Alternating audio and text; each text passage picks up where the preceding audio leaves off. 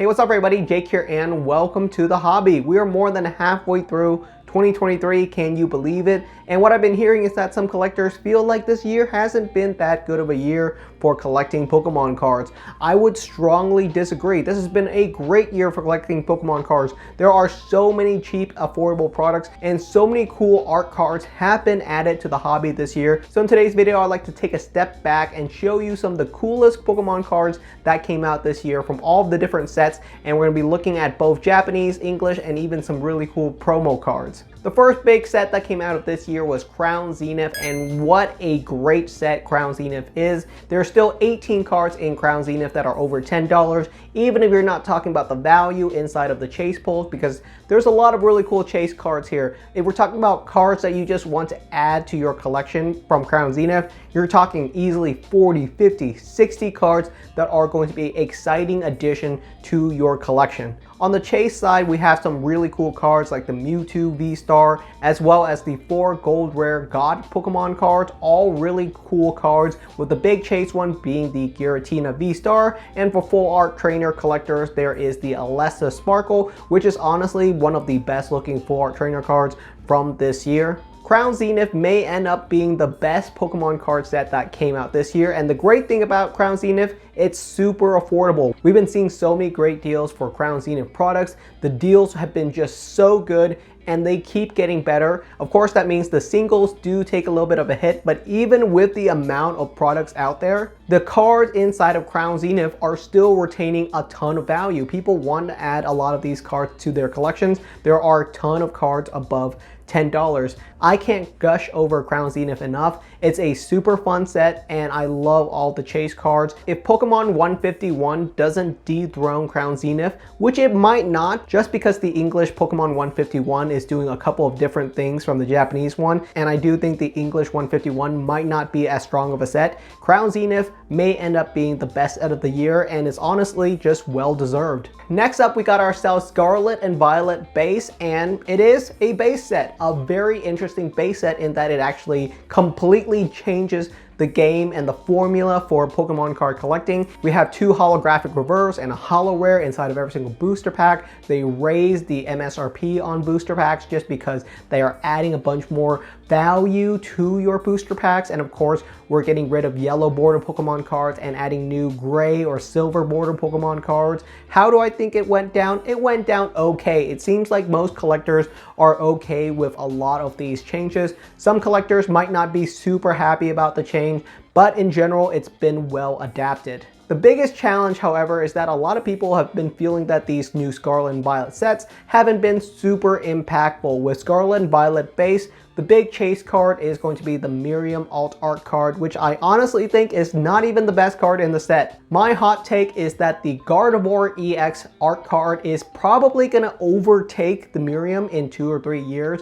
That's going to be a big call out. I just think Gardevoir has a lot more staying power than Miriam. I didn't pull the Miriam, I didn't pull the Gardevoir, and I know I love the Gardevoirs, or I ended up picking it up on the secondary market for like 30 bucks. It's going for $25 now, I think, and it's probably going to keep on dropping, but who knows? There's 160 listing. It might take years, but I think in the long run, the Gardevoir EX just has a lot more staying power than the Miriam. The next set we're going to talk about is Paldea Evolve, which is a really shocking value proposition. If you're looking to crack open a ton of really cool products right now, Paldea Evolve, surprisingly, and I can't believe I'm saying this, might be your best bet if you're looking for just a ton of value. It has 21 cards that are worth over $10, which is an astounding amount. It's the most amount of value you can crack open from any of these sets right now. I still think if you can find Crown Zenith on fire sale, it's probably going to be a better deal. Crown Zenith is probably going to give you a better pack opening experience than Paldea Evolve, and it's got a ton of really cool cards. But if you can find booster boxes of Paldea Evolve, and I was able to find booster boxes of Paldea Evolve going for as low as $80 to $90, you can find a ton of really cool cards here. The big chase card from Paldea Evolve is a really cool Iono card, and if you pull the Iono, you get the full value of your booster box back. I know some people don't really like the full art trainer cards, but even if you don't like the full art trainer card, I think it's still a really cool pull because of course you can trade it into your local card shop and get some of the better Pokemon cards that you actually want. Personally, the Iono is my chase card from this set. I think it's a super cool card, and she's pretty much a YouTuber inside of the Pokemon game, which means as a YouTuber, how can I not like her? It's just a really interesting design. I really like the design. It's a nice art piece for me personally, and I do have a lot of full art trainer cards that it can fit right into the aesthetic because it's very colorful. Some of the other major cards inside of Paldea Evolve are actually some of the item cards, which is insane because usually even the gold item cards are going for usually $2 or $3, but Paldea Evolve, because of how competitively viable it is, there's a lot of really expensive cards. Even the item card can be a big value proposition, which is really nice for a lot of collectors. The final set that has come out so far this year is Obsidian Flames, and boy, it's brutal. It's really brutal. I am shocked at the numbers. There are only 7 cards in Paldea Evolve that are worth over $10, and 4 of them are Charizard. This is a super Charizard centric set. If you're not into Charizard, there's only a couple of art cards in here that I think are must have, and some of those are going to be things like the Ninetales, the Scizor, and the Pidgeot line. If you're really into those cards, you can just get them on the secondary market. They are super duper cheap right now. It's so much easier to get all of those cards than to simply buy a booster box. There's no way you're going to be pulling all of those cards inside of a booster box. That being said, there's still a ton of really cool cards inside of Obsidian Flames, and if you want to crack open a booster box, I think you can absolutely do that. I do think on the secondary market, booster boxes of Obsidian Flames is going to get destroyed over the next couple of months because I don't think a lot of people are going to be excitedly collecting this set in a couple of months, and the cards are just going to continue to decline in value. Who knows how cheap these cards are going to get, but I think Obsidian Flames will be a very cheap set to give to your kids for Christmas or something in that scenario when booster boxes are going for below $90, and we're going to head there very quickly. We're just a week or two after release and we're well below $100 for an Obsidian Flames booster box already. I don't know how low it's going to get, but this set is just not nearly as good as some of the other ones so far this year. So those are the set pieces. Now we're going to talk about some of the promo cards that I've really enjoyed this year. I would say the most enjoyable cards in terms of promo cards have actually been the ETB cards.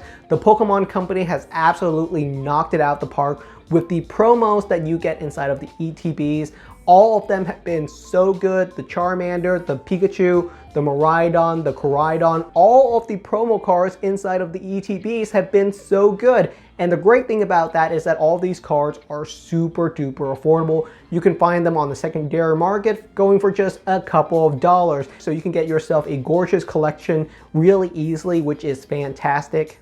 I've been saying for years that the only thing that an ETB was really missing was a really nice promo card for collectors, because if you want to crack open booster packs, you would always prefer a booster box because you get a better value proposition. Getting that guarantee really adorable promo card is just a really nice throw in. On the Japanese side, we have a bunch of really cool promo cards. The big one and the hot one that everyone's been talking about this year has been the Unigaba promo cards. We have the Espeon, Vaporeon, Jolteon, Flareon, pretty much the whole entire gang. And the most expensive one has been the Umbreon. This has been an absolutely insane promo. Pretty much what happened was the Pokemon Center in Japan made it so that if you spend $10, you get yourself a booster pack with one of these guaranteed promos inside. It's actually been insane. I did pick up 10 of these booster packs on the Pokemon Center Japan using a proxy website that I promote all the time on this own channel. And it's been an amazing deal. I got all these cards for free and they're insanely valuable right now. Can you believe that this set is going for $200 to $300? That's astounding to me that a bunch of Pokemon cards that I got for free with my Japanese order purchase is now worth more than my total Japanese purchase. That's just a fact, which is incredible. My only regret is that I think the Japanese side did not print enough of these. This promotion pretty much lasted until they didn't have any more additional booster packs to give out, and they ran out after 2 or 3 days, which I think is a little bit too quickly. They should really aim for the promotion to be readily available for probably up to a week, which I think is the best case scenario. But I guess the Japanese side has just gone so aggressive with their collecting that these promotions didn't even last that long. And on the Japanese side, we have an even crazier promotion with the Yokohama deck, which contains a super cool Pikachu card. But scalping has been absolutely insane for this card. On the secondary market, you can find these Yokohama decks going for $200 to $300 US, which is over 10 times retail price. Even someone like me who is a hardcore Pikachu collector just cannot pick up a card at that price when I know that's retail price is going for $20 or $30. You know, there's just absolutely no reason I would pay a scalper $300 for a card like that. It just doesn't make sense to me. I understand it's a super cool Pikachu card, but that just means they didn't make enough supply of these, and hopefully they'll print more of them. And even then, I think $60, $80 is well over retail price, but that's about as much as I'm willing to spend on these cards, and hopefully it goes down to those levels. But if it doesn't, that's just a Pikachu promo that I won't have inside of my collection, and that's okay. I don't need every single Pikachu card inside my collection, but that's just been a quick overview of some of the amazing cards that we have seen released throughout this year, and it's a lot.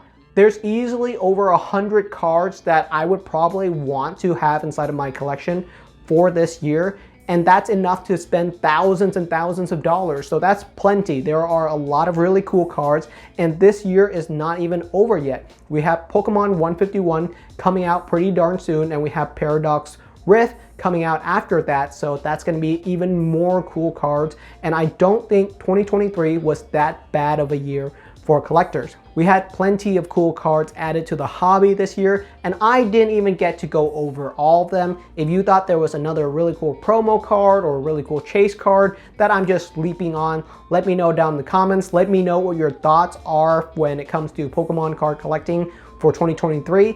Because I have a really positive view. I think that this has been a great year. Tons of really cheap cards. The vintage side is super cheap and affordable right now. And when it comes to modern cards, we are seeing sales and deals every single day of the week. So it's fun for me personally, and that's where I really thrive in the kind of a hobby and collecting environment. So that's my 2 cents. Thank you so much for watching, and I will see you guys next time.